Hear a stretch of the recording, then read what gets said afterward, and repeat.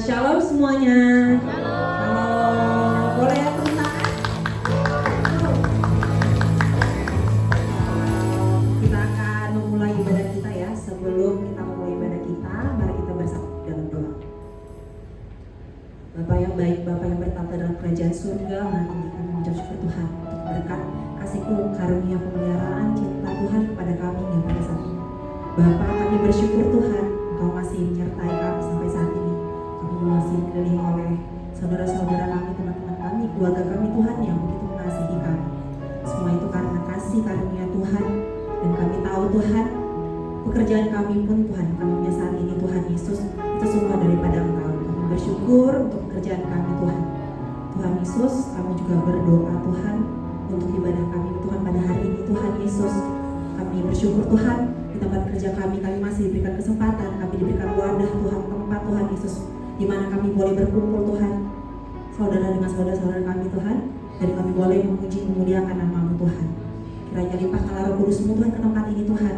Bahkan Kau juga Tuhan yang memberkati hamba-Mu Tuhan yang pada hari ini sudah datang untuk membawakan firman daripada Engkau Tuhan. Kiranya Tuhan Kau yang memberkati Tuhan kedua abang dan kakak kami Tuhan, hingga mereka boleh menyampaikan Tuhan apa yang menjadi kehendak dan kerinduan hati-Mu kepada kami. Bapak, kami berdoa untuk setiap orang yang belum ada di sini Tuhan. Mungkin mereka dalam perjalanan Tuhan Yesus, kiranya Engkau yang meringankan langkah mereka Tuhan Yesus, sehingga mereka boleh dapat datang ke tempat ini Tuhan, bersama-sama dengan kami Tuhan, untuk memuji dan memuliakan nama Tuhan.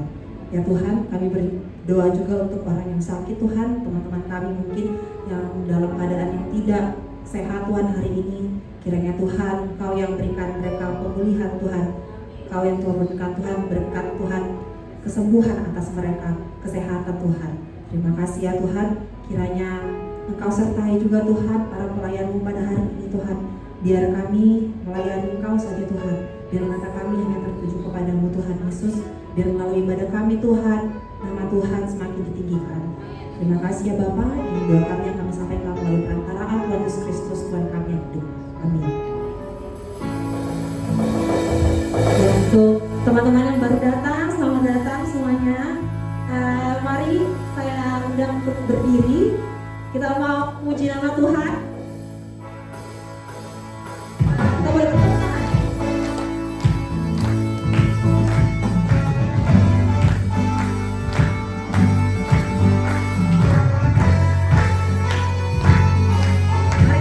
Suara kita untuk memuji nama Tuhan.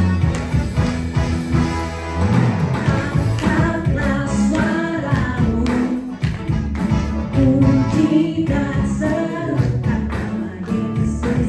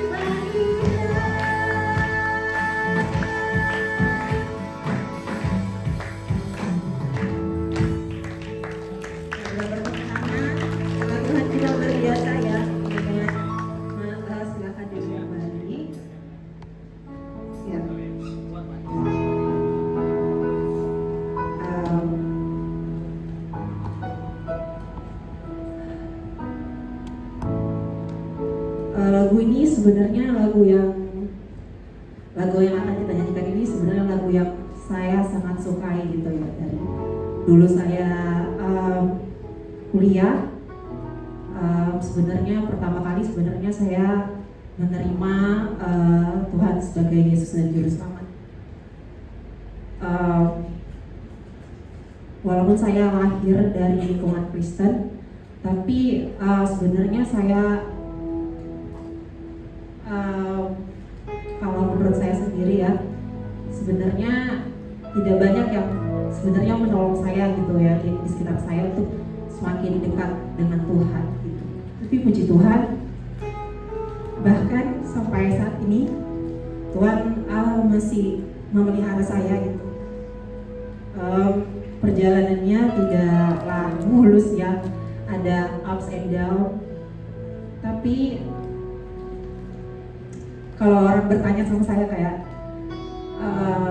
ketika di masa-masa saya meragukan gitu Tuhan adalah Allah dan Juru Selamat saya selalu punya jawaban yang sangat pasti gitu. Karena Tuhan sudah menemani saya sepanjang hidup saya.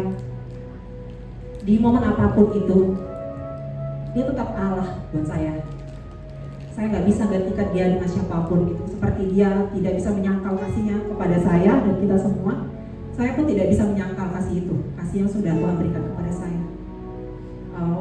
Karena itu saya ingin kita sama-sama mau mengaku, walaupun dalam ups and down dalam kehidupan kita mungkin sering melupakan Tuhan gitu.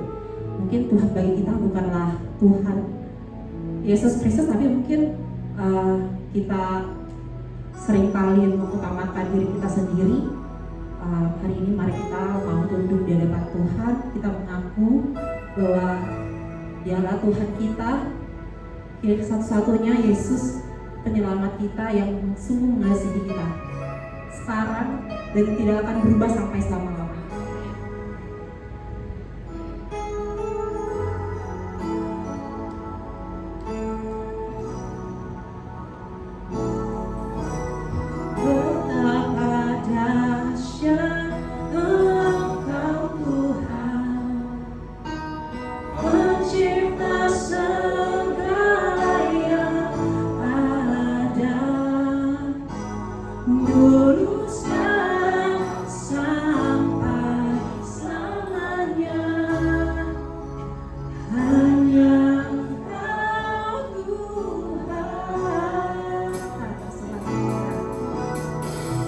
Terselami pikiranmu, tak terukur panjang setiamu, dulu sekarang sampai selamanya. Hanya Engkau Tuhan, ku sembah.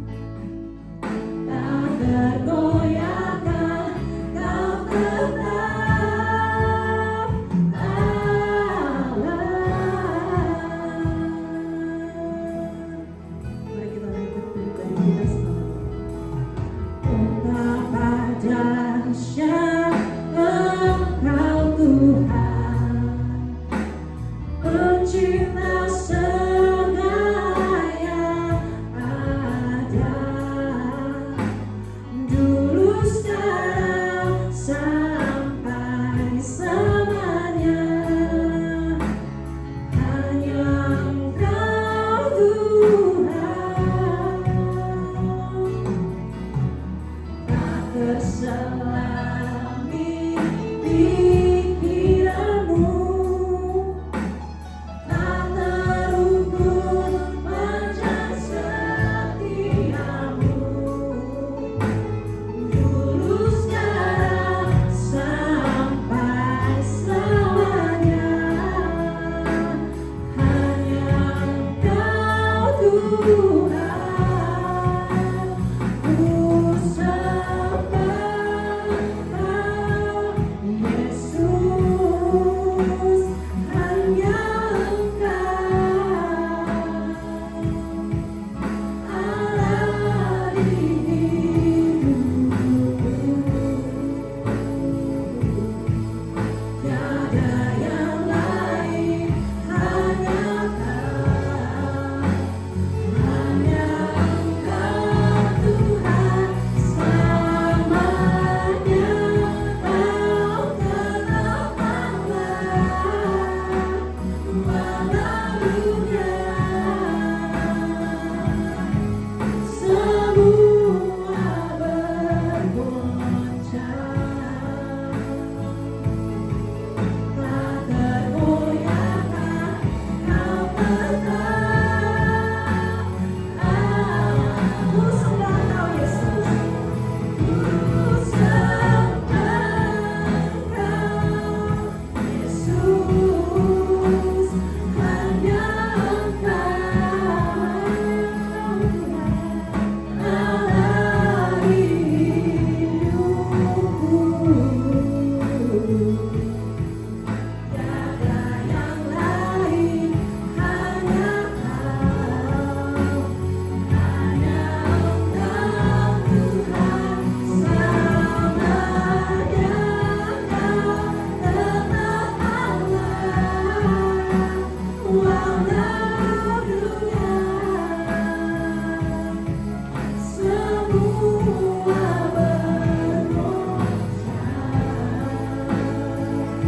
bergoncang, tak tergoyahkan Kau tetap Allah. Ku sembah Engkau Yesus, hanya Engkau Allah di tiada yang lain, hanya Engkau Tuhan, selamanya Kau tetap Allah, walau dunia semua bergoncang, tak tergoyahkan Kau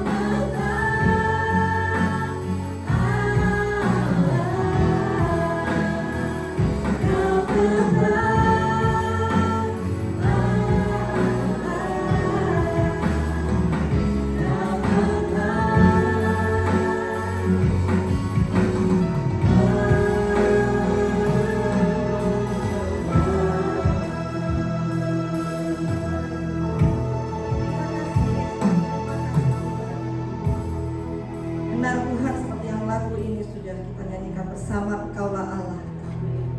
Engkaulah Tuhan satu-satunya juru selamat kami, yang kami sembah, yang kami puji, yang kami tinggikan. Terima kasih Bapak untuk kesempatan siang hari ini.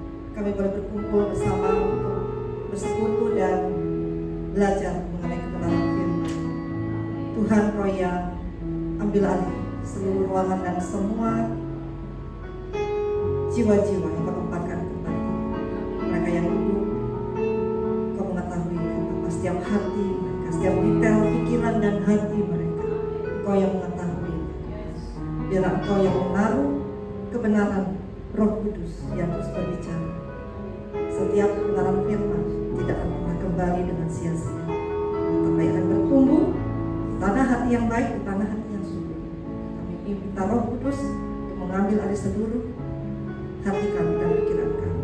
Di dalam nama Yesus Kristus kami sudah berdoa dan mengucap syukur. Amin. Oke, terima kasih tim musik. Selamat siang Bapak Ibu. Ya, terima kasih untuk kesempatan yang diberikan untuk Ibu Ingrid yang sudah mengundang. Terima kasih Pak Damai yang sudah menyambut kami. Terima kasih buat teman-teman yang sudah hadir. Terima kasih. Kita santai aja ya, nggak usah terlalu tegang karena kita sama-sama belajar. Jadi yang saya sampaikan sini ya kita sharing-sharing aja ya, bukan satu khotbah yang gimana gitu, tapi ya kita sama-sama bisa belajar. Oke, nggak usah lama-lama ya, saya langsung aja. Ya ini kami berdua ya, ini ada suami saya yang tercinta, namanya Teguh. Kenapa? Ya, beliau juga hadir, nanti sedikit beliau juga akan memberikan kesaksian. Jadi nama saya Santi, ini suami saya Teguh. Mungkin bisa Pak Teguh berdiri sebentar. Ya ini kami berdua memiliki visi ya. Jadi saya belajar dalam hidup ini kita tuh harus punya visi, misi.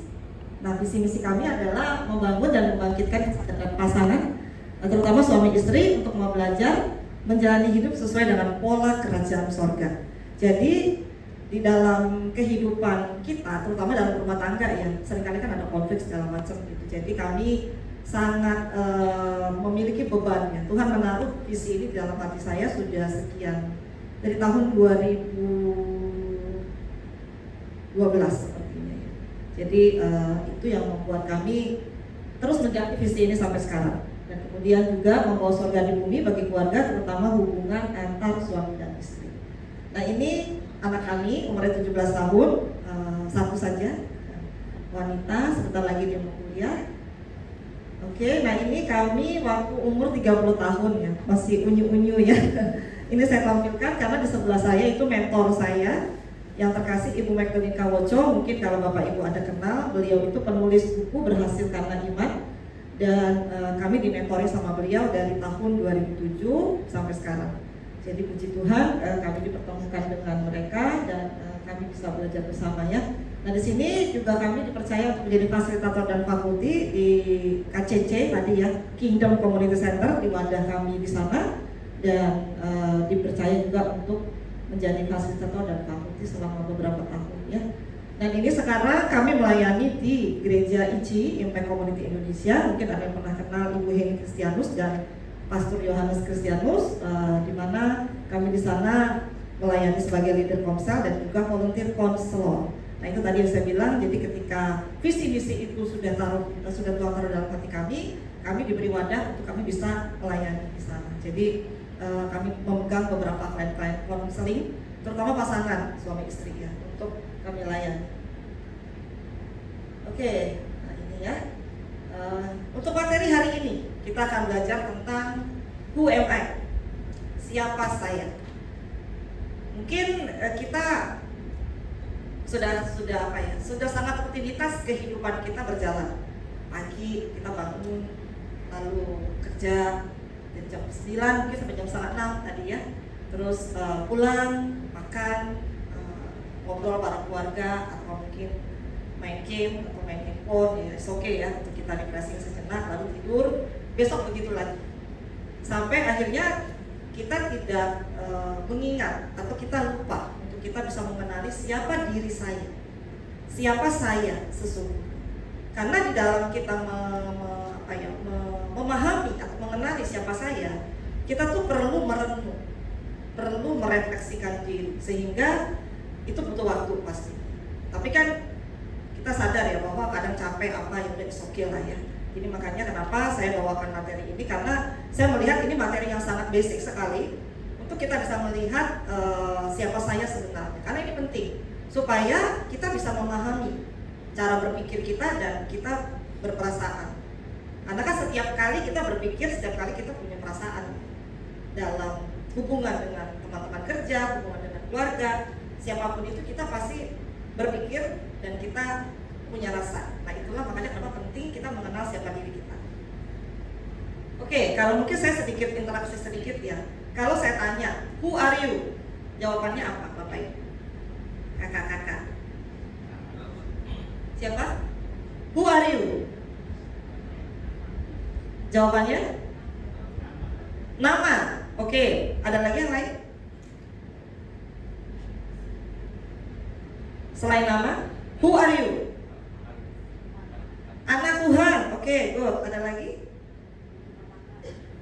Ibu rumah tangga. Oke, itu status ya. Ada lagi? Oke.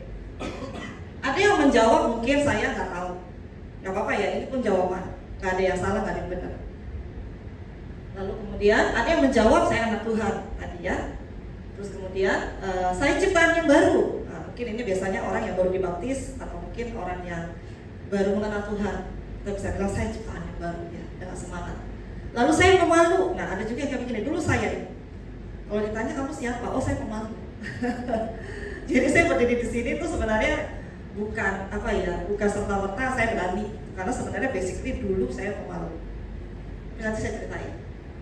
Lalu kata mama saya pemarah. Nah mungkin ada di antara kita yang mama atau orang tua. Bukan kita menyalahi orang tua, tapi ini realita yang harus kita pahami. Seringkali orang tua kita tanpa mereka sadari, karena mereka mungkin kurang pengetahuan, mereka melabeling kita. Kamu tuh pemarah, kamu tuh kurang pintar, kamu tuh nggak sukses. Mungkin ada yang seperti itu.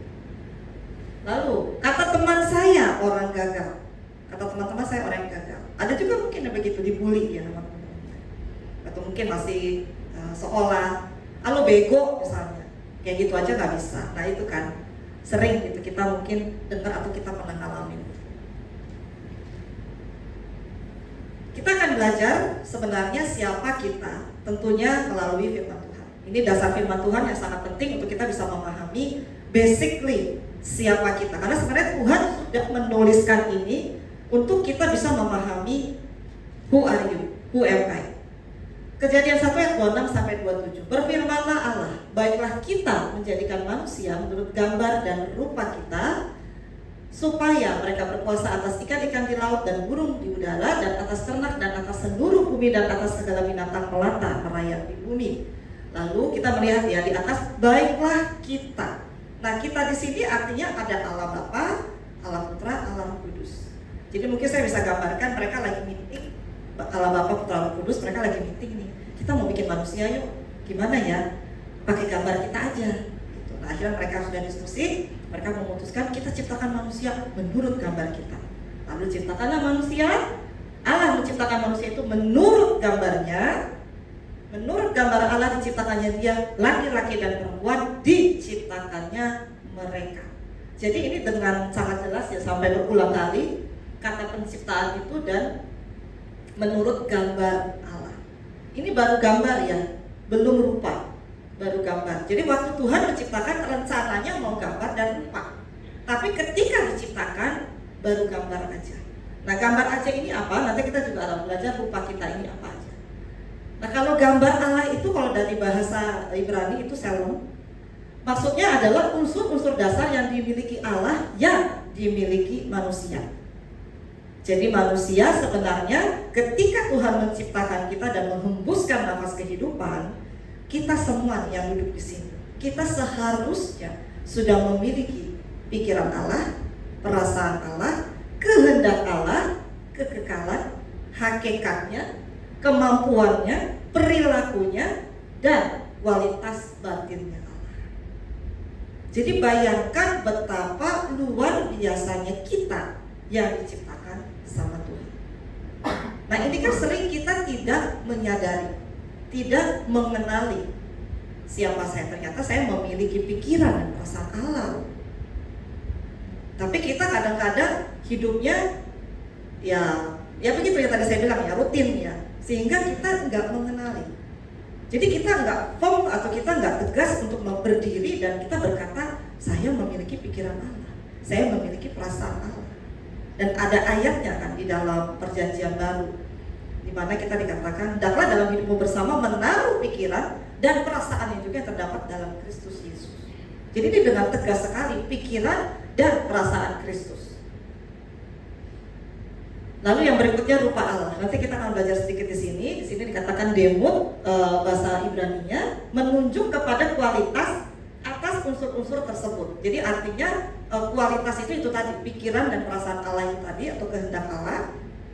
Dan sifatnya itu harusnya ada leveling, ada level up. Jadi berkesinambungan, kita harus naik level. Nah itu kalau demo. Nah lalu manusia jatuh dalam dosa. Jadi waktu tadi ya, sebenarnya rancangan Allah luar biasa. Manusia waktu Adam dan Hawa bisa ngobrol-ngobrol nih sama Tuhan ya kan di Taman Eden. Terus mereka bisa gitu, bisa saling sharing, Tuhan bisa kasih perintahnya. Gak usah, istilahnya gak usah repot gitu. Bisa face to face Tuhan jalan sama di dalam Taman Eden. Itu kan luar biasa ya ketika itu. Tetapi ketika manusia jatuh dalam dosa, manusia diusir dari Taman Eden, dan yang terjadi adalah ya kita sekarang, dimana ketika kita ada di dalam dunia, akhirnya pola asuh dunia lah yang mengasuh kita tanpa kita sadari. Kalau yang tadi masih pola kerajaan sorga, masih pola sorga, masih polanya Tuhan. Tapi ketika kita jatuh dalam dosa, manusia jatuh dalam dosa, dan kita sekarang keturunan Adam yang berdosa, sehingga akhirnya kita menjadi ada di dalam pola asuhnya dunia. Nah, pola asuh dunia ini seperti apa? Dan itu membentuk identitas kita. Jadi kembali lagi kepada siapa kita ya. Identitas kita ini bisa terbentuk dari, nah ini kiranya bisa menjadi satu refleksi. Jadi Bapak Ibu, kakak-kakak bisa mengingat kembali. Mungkin ini nggak enak nanti ketika diingat, karena itu akan menyakitkan. Tetapi it's okay untuk kita belajar. Supaya saya tahu saya waktu dulu kenapa ya, kenapa saya sekarang begini, kenapa saya sekarang kok gampang sekali emosi misalnya. Kenapa sekarang saya gak sabaran, kenapa saya merasa minder, kenapa saya pemalu, kenapa saya cuek. Nah itu nanti ada penyebabnya semua. Jadi bukan berarti misalnya kita ketemu orang tuh yang suka marah-marah gitu di jalan atau dimanapun ya, pekerjaan, mungkin namanya kita beda-beda pribadi ya, beda karakter. Kita ketemu orang yang emosian, lalu kita kesel, itu orang emosian banget sih jadi orang. Padahal sebenarnya kalau kita runut-runut, ada penyebab. Why-nya itu gede sekali, dan kita bisa gali why-nya itu. Dan sekarang saya mengajak kita semua untuk menggali diri kita sendiri. Jadi gak usah menggali orang lain, gak usah menganalisa orang lain, kita menganalisa diri kita, supaya kita paham kenapa saya begini sekarang. Tapi ini untuk kita bisa merefleksikannya, lalu kita memperbaiki. Itu tujuannya ya. Nah identitas kita bisa terbentuk dan ada 4 poin. Yang pertama adalah mungkin perlakuan orang tua atau pola asuh. Seperti tadi saya sudah contohkan ya, perlakuan orang tua mungkin yang kurang enak, yang kita lihat, yang kita dengar itu kan seringkali tidak sesuai dengan harapan misalnya. Tadi contohnya sudah saya kasih ya. Lalu kemudian faktor bawaan, apa yang dilihat, apa yang didengar, apa yang diterima sejak masa kanak-kanak. Jadi perkembangan manusia mulai dari bayi sampai 21 tahun, sebenarnya itu adalah perkembangan manusia yang seharusnya diperlengkapi oleh orang tua kita juga dengan sangat sistematis. Tapi lagi-lagi karena orang tua mungkin dulu kita nggak belajar, ya zaman dulu mana ada Google, mana ada YouTube, mereka nggak ada webinar, akhirnya ya udah pola asuh mereka sesuai dengan pola asuh orang tua mereka lagi gitu. Jadi itu terus tergenerasi sampai di generasi kita. Tapi di kita nih sekarang zaman modern nih, kita udah bisa gampang sekali dengan 1 klik atau 2 klik kita bisa ikut seminar, ikut persekutuan seperti ini. Kita bisa banyak belajar.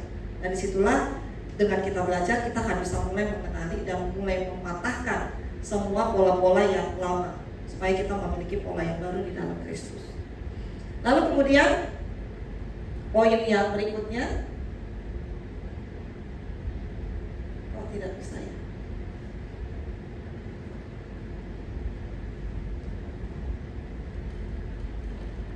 Maaf, maju atau dibantu klik di atas.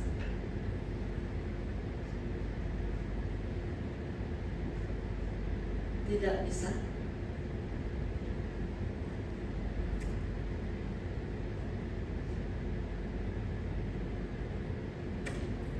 Atau diklik di atas? Oh ya, ini dia. Ya. Nah ini ya, yang ketiga peristiwa atau kejadian. Nah peristiwa atau kejadian ini bisa jadi ketika sekolah misalnya. Kayak dulu, saya kan orangnya kurus ya.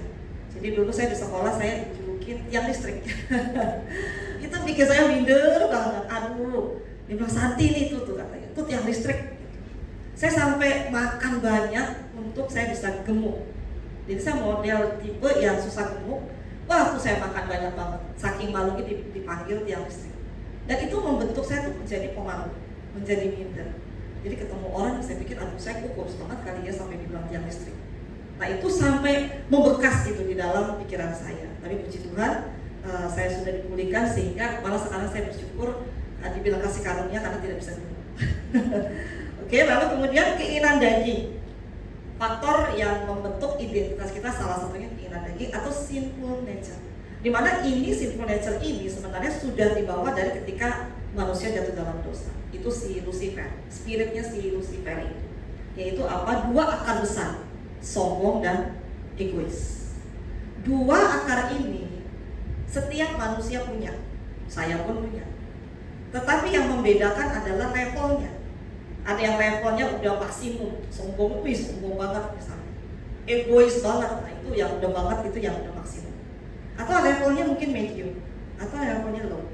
Nah ini kan tergantung pengerjaan manusia jiwa dan roh kita, untuk kita bisa melihat level kita ada di mana.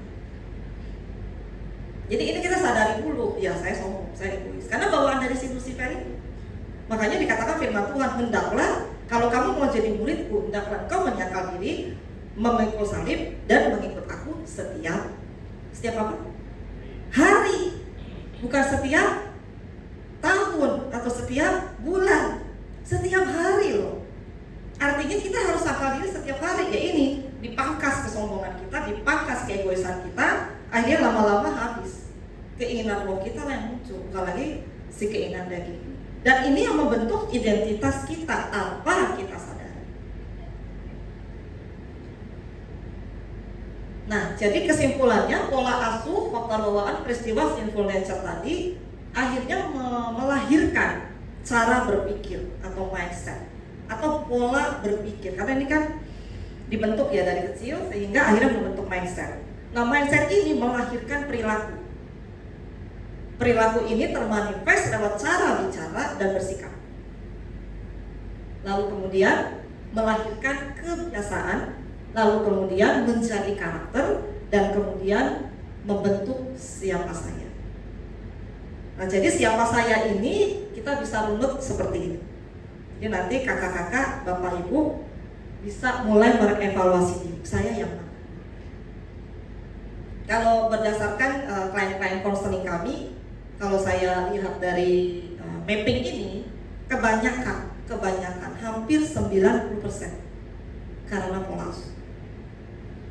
Akhirnya timbul konflik emosional yang luar biasa. Nah ini, jadi ketika mereka memandang diri mereka salah, nggak tepat ya, nggak tepat karena beberapa poin tadi, atau mungkin misalnya contoh gara-gara pola asuh, sehingga mereka memiliki 3 perasaan: merasa tidak berharga, merasa tidak aman, dan merasa terus bersalah. Ada tuduhan-tuduhan. Jadi sebenarnya ketiga hal ini akhirnya mempunyai gambar diri yang rusak. Kesimpulannya karena 3 hal ini, jadi kalau kita merasa, aduh kayaknya gue gak merasa berharga ya, gue gak berguna nih, gue gagal nih. Nah itu kayak merasa gak berharga. Merasa gak aman, misalnya apa? Pengennya dipuji, pengennya kalau misalnya kita punya medsos, Instagram, anything ya, Facebook apapun itu ya, kita posting, kita ngerasa, kita cari, kita lihat, udah berapa yang like ya, udah berapa yang komen ya. Nah itu insecurity, ada perasaan tidak aman di dalam dirinya, yang dia akhirnya meminta validasi dari orang-orang sekitar atau dari teman-teman. Jadi kalau kita ketemu orang-orang atau diri kita, saya sendiri misalnya, kok saya kayaknya kalau nggak ada ada yang muji rasanya gak enak ya. Ada tuh klien saya begitu. Dia haus banget pujian dari suaminya. Jadi tiap hari dia kayak nuntut. Dia pakai baju apa? Ditanya sama suami. Wah gimana? Kalau suaminya gak ngomong gak apa, dia kesel. Dia bisa marah-marah. Jadi sampai sebegitu. Kalau gak puji gue sih, atau kalau gak peluk gue sih pagi-pagi, kalau gak cium gue sih, tuh sampai begitu. Karena ada insecurity. Dan ternyata ketika dirunut gara-gara pola asuh. Dan ternyata gambar diri yang rusak itu mengakibatkan 95% problem emosional. Bayangkan 95%. Jadi kalau di sini Bapak Ibu kalau misalnya ketemu orang-orang yang ada problem emosional, rata-rata pada punya sih ya. Jangan cepat-cepat menghakimi. Karena ternyata dari 4 poin itu mereka memiliki riwayat. Jadi kita tidak bisa menghakimi orang. Makanya kenapa kalau saya pribadi setiap hari saya terus belajar mengevaluasi diri. Jadi saya lebih fokus mikirin bagaimana memanage hati dan pikiran saya daripada saya mikirin emosinya orang. Buang energi. Lebih baik energinya itu masuk ke saya, inward. Jadi kita harus punya istilahnya ada pekerjaan inner work di dalam diri kita. Pekerjaannya apa itu tadi? Mengerjakan manusia roh, mengerjakan manusia jiwa. Mungkin ini kedengarannya bahasanya psikologi banget, tapi mungkin nanti next time kalau ada kesempatan kita bisa belajar lagi ya dari sini. Oke, nah ini sedikit kesimpulan aja. Jadi sebenarnya manusia itu memiliki 2 kebutuhan, yaitu kebutuhan rasa aman atau diterima dan kebutuhan makna diri atau dihargai. Ini kita manusia rata-rata memiliki ini. It's okay, itu normal. Kita pengen diterima, kita pengen dihargai, semua kita. Nah lalu ketika tadi jatuh dalam dosa ya, rasa aman rusak, makna diri rusak. Mungkin yang dulu waktu zaman kecil atau zaman sekolah pernah mengalami penolakan, pernah mengalami pengabaian, pernah mengalami dihina atau dibandingkan, nah itu biasanya gambar dirinya bisa rusak. Nah gambar diri rusak ini berapa persen tergantung kita lagi dan bagaimana kita memanage itu tadi ya. Lalu contoh misalnya rasa aman itu kalau rasanya ini yang tidak tepat ya, maksud saya ini yang tidak tepat. Rasa aman saya tergantung dari situasi dan kondisi. Jadi kita menaruh rasa aman kepada situasi dan kondisi. Lalu saya tidak boleh gagal. Nah ini juga menaruh rasa aman di tempat kegagalan atau kesuksesan. Lalu saya tidak boleh dikritik. Nah jadi kalau ada orang tegur dikit gitu kita merasa kayak nggak aman. Lalu setiap orang harus menerima saya. Nah ini juga perasaan tidak aman. Nah kalau yang makna diri, saya harus sukses secara finansial. Jadi mati-matian cari duit, pagi malam banting tulang ya untuk cari duit, sehingga tujuannya itu supaya dihargai.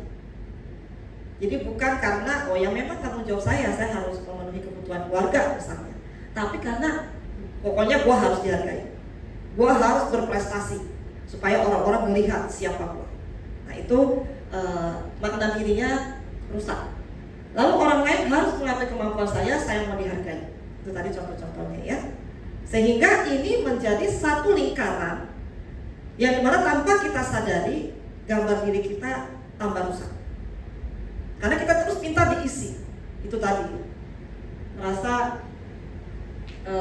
harus sukses. Itu tadi contoh. Minta diisi terus ego kita lama-lama semakin dikasih makan. Sehingga bukannya tambah bener, malah problem emosional tadi tambah parah. Nah ini salah satu contoh juga untuk kita bisa memahami apa itu pola asuh dunia dan apa itu pola kerajaan sorga.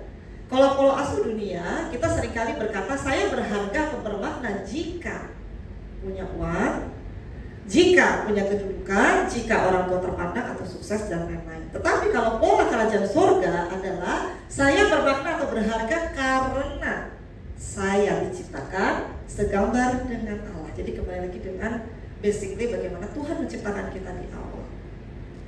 Nah ini kan jelas perbedaannya.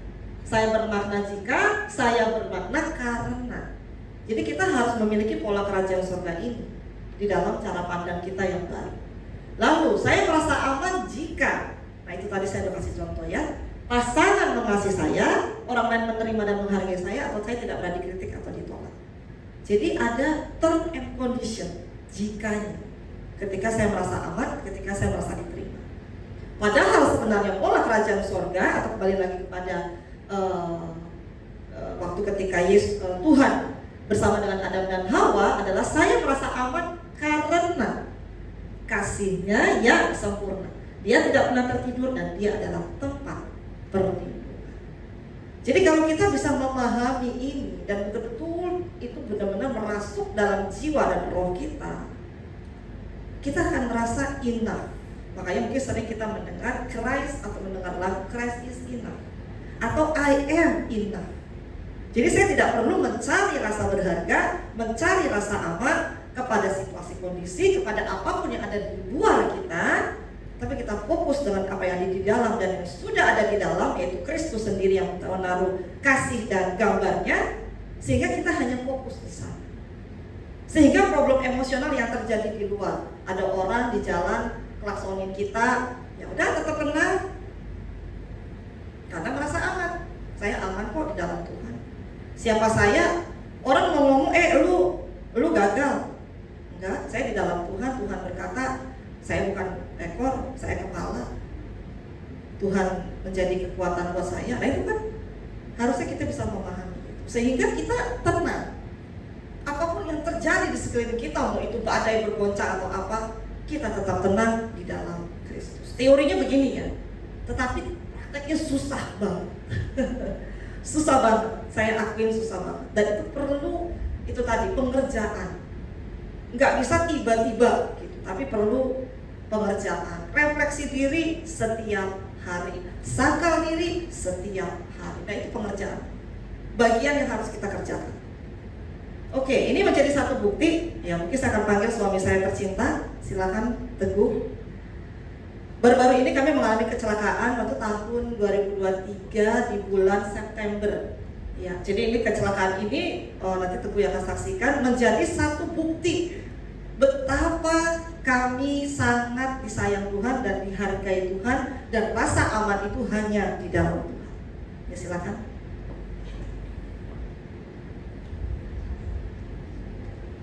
Shalom siang Bapak Ibu, teman-teman semua di sini. Ya, terima kasih. Ini semua hanya karena anugerah Tuhan. Kalau Bapak Ibu lihat kondisi mobil yang terlihat di situ itu sungguh sangat menyeramkan.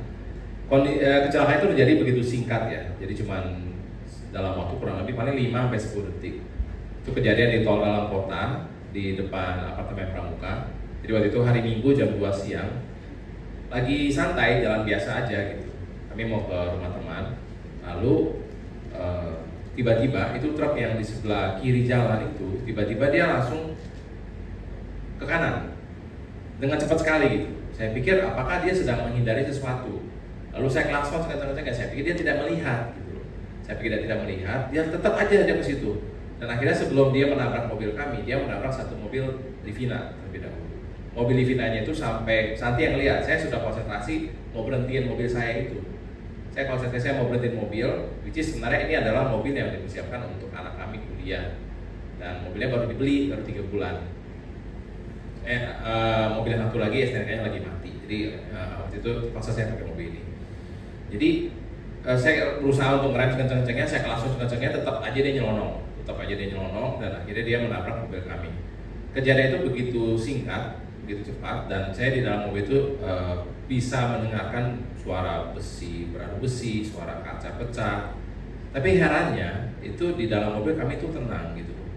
Saya pikir gak deg-degan, gak takut bagaimana. Santi doa.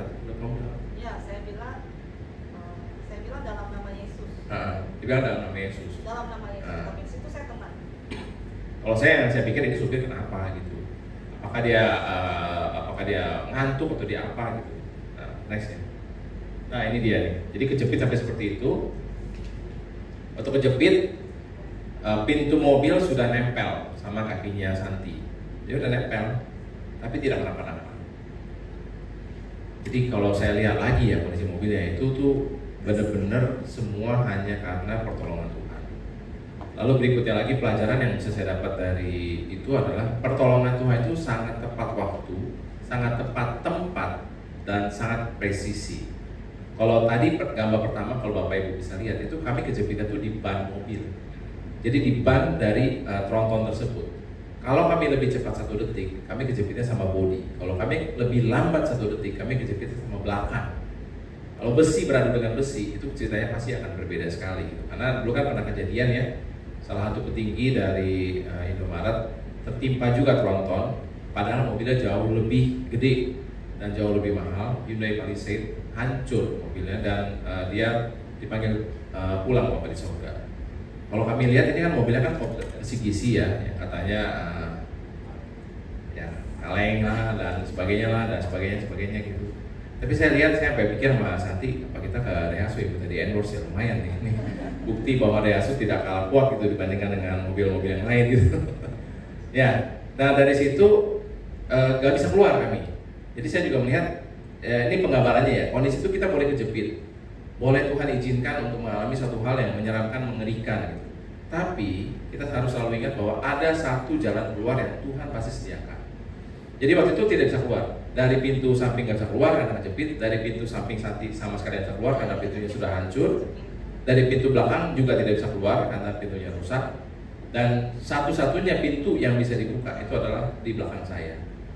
Jadi dari situ saya melihat bahwa oh iya, berarti memang benar Tuhan pasti akan menyediakan kepada kita satu jalan keluar. Boleh situasi seperti apa, tapi Tuhan pasti akan sediakan kita satu jalan keluar. Ya, jadi kami akhirnya keluar dari situ. Nah, Bapak Ibu boleh lihat kondisinya seperti itu. Jadi ketika datang ambulans, orang ambulansnya yang ketakutan, Bapak Ibu, orang ambulansnya yang pucat gitu mukanya. Dia bilang, ini yang ada di mobil siapa, Bapak Ibu? Kayak kami gitu, ada luka nggak? Nggak ada. Alhamdulillah ya, dia bilang ya. Untung ya Bapak Ibu, saya pikir mau bagaimana gitu. Karena dia kan pasti kan sering ya melihat kecelakaan, dan kecelakaan yang ini kan cukup fatal ya, itu sampai hancur ringsek seperti itu. Dan kami bisa keluar selamat gitu. Hanya luka lecet-lecet sedikit di Santi, di lengan. Saya hanya di jempol sedikit karena kena kaca gitu. Jadi saya lihat itu luar biasa ya. Memang iblis, musuh itu boleh merekan-rekan yang jahat, yang menyeramkan, yang mengerikan. Tapi kita anak Tuhan, kita selalu dilindungi. Kita selalu diluputkan. Dan kita punya Tuhan yang besar. Kita punya Tuhan tuh yang tidak pernah meninggalkan kita. Ya, ini dia. Hancur sehancur-hancurnya. Jadi waktu di bengkel asuransi juga diestimasi itu kerusakannya itu udah 95% dari mobil tersebut. Jadi ya nggak bisa dipakai lagi sebenarnya itu mobil itu. Sebenarnya ada cerita lagi mengenai asuransi, tapi itu kepanjangan, nanti kita bisa punya 3. Ya ini dia hancur. Ya, jadi itu aja kesaksiannya. Ingatkan sekali lagi bahwa Tuhan pasti akan menjadikan kepada kita satu jalan keluar. Terima kasih. Ya, terima kasih Ibu. Mungkin sedikit tambahan dari saya tentang kecelakaan ini. Jadi ini menjadi satu titik balik. Sebenarnya sebelumnya kan saya kenal dari tahun 2007 kami sudah dimuridkan dan saya sudah memiliki visi misi itu ya. Jadi saya melihat ketika kami diselamatkan dalam kecelakaan ini, Tuhan punya rencana yang indah gitu dalam kehidupan kami, di mana sebenarnya saya mengalami kecelakaan fatal seperti ini sudah 3 kali. Jadi waktu itu naik sepeda, waktu naik motor sama Teguh, saya dilindes truk muka saya. Dan waktu itu saya sempat luka parah ya, muka saya, rahang saya jatuh, jadi turun, lalu kemudian tulang pipi saya agak remuk dan tulang hidung saya juga remuk. Itu saya dilindes ban mobil apa ya waktu itu ya, ankle. Ya waktu lagi pacaran saya naik motor sama Teguh. Nah itu Tuhan selamatkan, dan kemudian yang ini juga yang ketiga kali juga Tuhan selamatkan. Jadi saya melihat bagaimana betapa berharganya kita. Jadi betapa berharganya Bapak Ibu yang duduk di kursi ini, yang dimana kita masih bernafas, jantung kita masih berdetak, kita masih bisa duduk dengan tenang, tanpa harus ada infus di dalam hidung kita, tanpa ada oksigen di dalam hidung kita. Itu adalah satu kasih karunia yang luar biasa. Kadang-kadang kita lupa untuk mengucap syukur. Kita lupa bahwa kita memiliki Tuhan yang maha besar, yang memiliki bumi dan langit ini, dan yang juga memiliki kita. Karena firman Tuhan berkata, Tuhan ada di dalam saya ada di dalam Tuhan. Dengan begitu kita harusnya terus merasa aman. Tidak perlu merasa khawatir, takut, was-was, cemas. Itu wajar. It's okay, itu wajar. Tetapi yang penting bisa kita kontrol, bisa dikendalikan supaya tidak menjadi problem emosional tadi. Karena ada orang yang udah ketakutan, akhirnya panik, kemudian yang keluar adalah problem-problem emosional yang akhirnya bisa menyakiti orang lain. Nah, jadi kalau misalnya Bapak Ibu saat ini sedang mengalami pergumulan, mungkin dalam pekerjaan, dalam keluarga, dalam kesehatan, apapun itu,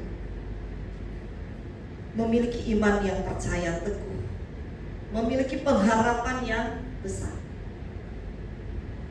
Seperti tadi di mobil di mana kami hanya bisa keluar dalam satu pintu saja di belakang. Itu kejadian itu saya tuh apa ya? Waktu kejadian itu saya tenang, tapi ketika udah berhenti saya mulai deg. Karena apa? Itu apa? Muatan konten itu kan berat ya. Istilahnya kita udah selamat, jangan sampai saya nggak bisa keluar kalau saya ditindih. Itu baru saya merasa deg. Karena Teguh udah tendang pintu samping kanan dia, nggak bisa. Itu jantung saya udah langsung deg. Saya langsung, aduh Tuhan gimana? Saya harus keluar dari mana? Lalu tiba-tiba pintu belakang, saya bilang cepat pintu belakang. Langsung saya buka seat belt karena udah kejepit. Pertama saya diem. Saya pikir saya masih ada di dunia apa di alam roh ya. Kayaknya kok cepet banget kejadiannya 5 detik gitu. Oh ya, saya lihat badan saya masih utuh, masih oke, nggak ada apa-apa, cuma pecahan kaca di samping dan di sini ada persen. Lalu saya bilang cepat keluar, saya bilang, gua nggak mau ketindih. Langsung di pintu kanan belakang. Pas ada supir truknya keluar, Pak, Bu, ayo keluar. Dia juga, ya mungkin saking panik dia mau buka pintu yang depan. Saya bilang nggak bisa Pak, itu udah stuck sama jalan tol, pintu besi jalan tol udah stuck. Belakang, saya bilang. Baru di pintu belakang saya keluar, saya lari. Di situ saya udah deg, baru jantung saya rasa deg, langsung merasa syok. Gak lama ambulan datang, dia lihat saya, Bu, Ibu kenapa enggak? Ibu sesek gak? Saya tambah panik, saya sesek kayak. Kalau saya panik, dianya menanya begitu. Ibu ada apa Bu? Ada apa? Enggak, saya enggak apa-apa. Nah, dari situ saya langsung bawa ke ambulan, disitulah saya menangis. Karena saya punya hand sanitizer di dalam tas saya itu bengkok. Jadi ketika saya lihat itu, wow, tulang saya satu pun gak ada yang bengkok, tetapi hand sanitizer saya yang bengkok. Kemuliaan bagi nama Tuhan. Nah itu menjadi satu bukti. Jadi kesaksian ini saya sengaja selipkan untuk Bapak Ibu bisa melihat betapa hidup kita sangat berharga. Betapa Tuhan ada di dalam Bapak Ibu, berbicara pada Bapak Ibu setiap kali, melindungi Bapak Ibu dimanapun berada. Dia tidak pernah tertidur, tidak pernah terlelap. Bahkan ketika kita tidur saja, Tuhan menjaga kita. Rambut yang jatuh saja Tuhan hidup. Apalagi kita yang begitu berharga di mata Tuhan. Jadi gak perlu kita cari penghargaan dimanapun, apalagi di dunia ini. Apapun itu bentuknya, materi, teman-teman, kesuksesan, gak ada yang bisa membuat kita berharga dan merasa aman selain di dalam Kristus. Nah itu penting kita taruh di dalam mindset kita supaya kita bisa memahami. Nah ini, jadi sebenarnya kekristenan itu kita harus memiliki pola ini ya. Pola pertama adalah bagaimana terus berubah cara berpikir atau mindset kita setiap hari, karena ada di Roma pasal 2 ya. Nanti saya akan tampilkan ayatnya. Lalu bagaimana kita mengalami pertumbuhan. Jadi nggak cuma perubahan mindset, tapi ada pertumbuhan atau growing. Lalu kemudian pertumbuhan atau growing itu dengan indikator apa? Buah. Akan ada gaya hidup kerajaan sorga yang adalah buah roh. Buah roh tahu ya ada 9 ya. Kasih, sukacita, damai sejahtera, kemurahan, kebaikan, pendarian diri dan sebagainya. Kesetiaan, kelemah lembutan, gaya hidup kerajaan sorga. Jadi buah itu yang harusnya keluar, bukan problem emosional tadi yang 95%, tapi harusnya buah roh. Caranya adalah itu tadi, perubahan cara pikir, banyak baca firman, banyak dengar khotbah, banyak belajar, banyak evaluasi diri, itu perubahan cara berpikir. Lalu mengalami pertumbuhan, lalu indikatornya buah roh atau menjadi lifestyle kerajaan sorga, dan kemudian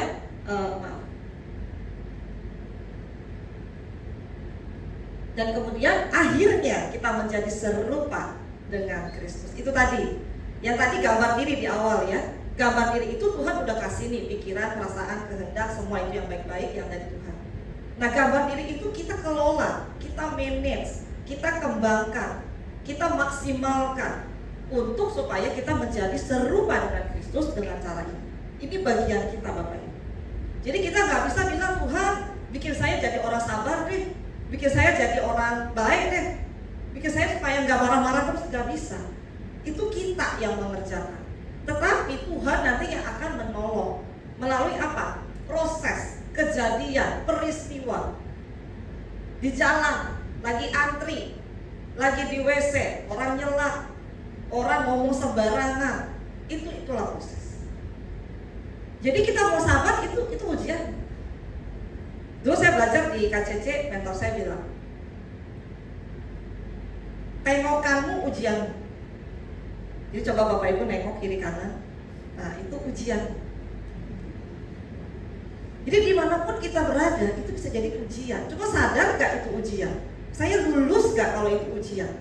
Kita sekolah ya, kita kan ngerjain ujian kan. Pokoknya mesti lulus nih, mesti dapat A atau B. Nah, sekarang dalam kehidupan juga sama, kayak sekolah. Ada orang yang nyebelin, pasti ada yang nyebelin. Mau siapapun itu, mau pasangan, mau anak, mau rekan kerja, siapapun, kondisi situasi, bahkan hujan aja bisa kita salahin. Ya, aduh hujan nih, bikin kaki gua becek aja, bikin sepatu gua kotor aja, selalu ada yang bisa kita salahin. Itu mikrolet sembarangan aja parkir, berhenti aja di depan sembarangan, emang jalan pengen nenek moyang lo. Nah, itu kan mulut kita keluar ini kan akhirnya membuat kita jadi ada problem emosional itu tadi. Coba kalau ya udah, tetap tenang, bersyukur, ya it's okay, sabar.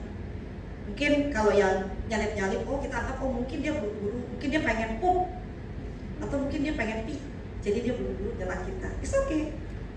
Jadi kita menyebarkan damai sejahtera dimanapun kita berada. Nah, inilah lifestyle kerajaan surga yang akhirnya setelah kita bisa memiliki pola ini, satu kali ketika Tuhan menjemput kita, atau ketika Tuhan datang kembali yang kedua kalinya, ini katanya sebentar lagi mendatang Tuhan ya. Kita berdoa segera karena katanya kan Israel ini lagi panas dan itu semua dari sana. Untuk kita bisa mengetahui Tuhan sebentar lagi mendatang. Wah, itu pengharapan saya yang terbesar. Saya bilang apa tunggu biar cepatnya Tuhan datang. Ya, nah ini.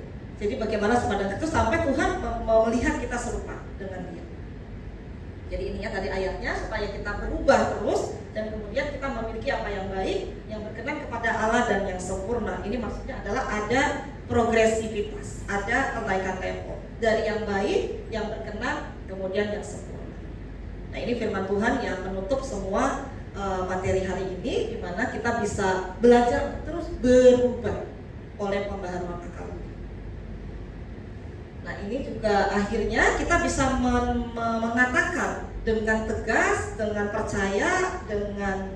percaya diri bahwa saya adalah buatan Allah, saya adalah ciptaan yang baru, saya adalah pengikut dan murid Kristus, saya adalah garam dan terang dunia, saya adalah warga kerajaan surga, kerajaan Allah, dan saya serupa dengan Kristus. Jadi inilah yang harus menjadi pola kita di dalam kehidupan kerohanian kita, kekristenan kita. Jadi bukan lagi tadi, saya pemalu, saya nggak tahu, saya misalnya yang negatif-negatif itu tadi ya. Jadi kita udah mulai memiliki cara berpikir seperti ini. Dan akhirnya ketika gambar diri kita mulai pulih, kita akan merasa oke dengan diri kita sendiri, kita akan percaya diri karena ada karya Kalvari Kristus di dalam diri kita. Kita akan ada sukacita dan sejahtera itu tadi ya. Kemudian kita akan hidup bahagia karena sebenarnya hidup kita bukan lagi milik kita sendiri, tetapi milik Kristus yang sudah mati dan menyerahkan hidupnya untuk kita oleh iman di dalam Kristus. Walaupun kita masih ada di dalam daging. Jadi kalau misalnya hari-hari berdoa, pagi-pagi bisa sebutkan ayat, hafalkan ayat ini sampai ngelotok. Namun aku hidup, tapi bukan lagi aku sendiri yang hidup, melainkan Kristus yang hidup di dalam aku. Dan hidupku yang di dalam daging adalah hidup karena iman di dalam Kristus yang telah mati dan telah menyerahkan dirinya untuk aku. Jadi ini yang bisa kiranya menjadi satu basic, satu pelita untuk kita terus berjalan di dalam kehidupan yang sudah penuh dengan tantangan, penuh dengan kesesatan, penuh dengan ujian, penuh dengan cobaan. supaya kita tetap kuat di dalam Kristus. Oke, sekarang kita akan deklarasi bersama. Silakan Bapak Ibu bangkit berdiri supaya ini kita bisa mulai belajar untuk bisa memperkatakan kehidupan atas diri saya sendiri dan atas keadaan kita. Oke, 1, 2, 3. Karena penebusan Kristus, saya adalah ciptaan rohani yang sangat istimewa. Saya sangat dikasihi dan berharga. Saya diampuni sepenuhnya. Saya berkenan sepenuhnya. Saya diterima seutuhnya dan saya sempurna di mata Allah. Haleluya. Terima kasih. Oke, terima kasih. Kita akan tutup doa sambil kita akan doa berkat bersama ya. Mari kita angkat kedua tangan, bisa tim pemusik silakan sambil bisa memainkan musik sekilas untuk kita bisa merenungi firman Tuhan yang sudah kita belajar hari ini. Oke, kita angkat tangan bersama. Haleluya. Terima kasih Tuhan Bapa kami yang kami sembah, yang kami kasihi, yang kami muliakan. Kau melihat setiap tangan-tangan yang sudah terangkat siang hari ini. Kau melihat setiap hati mereka yang berseru kepada nama Tuhan. Kau melihat setiap pergumulan dan tangisan hati dan pikiran mereka. Kami bersyukur Bapak untuk setiap firman Tuhan dan setiap kebenaran yang Tuhan bukakan hari ini. Dan pada saat ini hamba memberkati mereka semua. Biar kiranya damai sejahtera, kuasa, kebenaran, kemerdekaan, pemulihan, gambar diri yang rusak akan dipulihkan di dalam nama Tuhan Yesus Kristus. Bila Roh Kudus terus berbicara di dalam setiap hati mereka untuk menyatakan kesalahan, mendidik mereka, mengajarkan mereka, dan mereka boleh dikuduskan di dalam kebenaran. Dalam setiap pergumulan mereka di dalam mungkin pekerjaan, apapun itu, Kau sendiri yang akan menolong mereka menjadi jalan keluar satu-satunya. Karena Kau berkata, Kaulah jalan, Kaulah kebenaran, Kaulah kehidupan. Kami memberkati setiap orang, setiap jiwa-jiwa yang saat ini telah hadir di tempat ini. Tuhan yang memberkati mereka secara khusus. Tuhan yang menolong mereka dan memberikan jalan keluar. Karena firman Tuhan berkata bahwa pencobaan yang kita alami adalah pencobaan biasa yang tidak melebihi kekuatan manusia. Dan di dalam masa-masa pencobaan Tuhan akan memberikan jalan keluar. Terima kasih Bapak untuk jalan keluar yang sudah on the way di alam roh dan akan terjadi di realiti kami. Kami setuju Tuhan dengan firman. Kami sepakat dengan firman. Kau berkata 2-3 orang sepakat berkumpul dalam nama Tuhan, maka Kau akan hadir di tengah-tengah kami. Masa kami bersepakat Tuhan di dalam nama Tuhan Yesus. Kau berkati setiap persekutuan doa ini. Kau yang melihat setiap jiwa-jiwa di tempat ini. Siapapun mereka, mungkin juga mereka enggak hadir dimanapun mereka berada. Tuhan Kau berkati mereka dengan kasih karunia-Mu yang melimpah-limpah. Ada damai sejahtera, ada sukacita, ada pembaharuan akal budi yang baru, sehingga mereka terus mengalami kenaikan level. Mereka bisa berdampak dimanapun mereka berada. Mereka bisa berbuah dan mereka bisa mengalami Tuhan. Iman mereka, pengharapan mereka, kasih mereka terus Engkau naikkan level, sehingga mereka boleh semakin segambar dan serupa dengan Kristus. Terima kasih Bapak untuk firman, dimateraikan semua di dalam nama Tuhan kami Yesus Kristus. Kami juga berdoa Tuhan memberkati untuk perusahaan ini. Kami percaya Bapak ada kuasa Kristus di tengah-tengah perusahaan ini. Ada ketika mereka mau berdiri untuk berdoa, mereka mau berdiri untuk bekerja, mereka mau memberikan waktu, kapasitas, potensi mereka bagi perusahaan. Tuhan yang akan memberikan jalan kepada perusahaan ini untuk dapat memiliki solusi yang terbaik untuk masa depan perusahaan.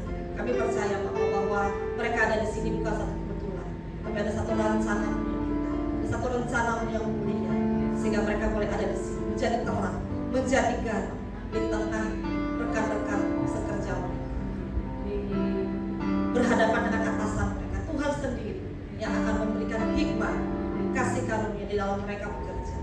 Kami percaya bahwa sekiranya mungkin ada kekhawatiran yang masih mengganjal dalam hati, biarlah Kau serahkan kekhawatiran kepada Tuhan, maka Dia akan memelihara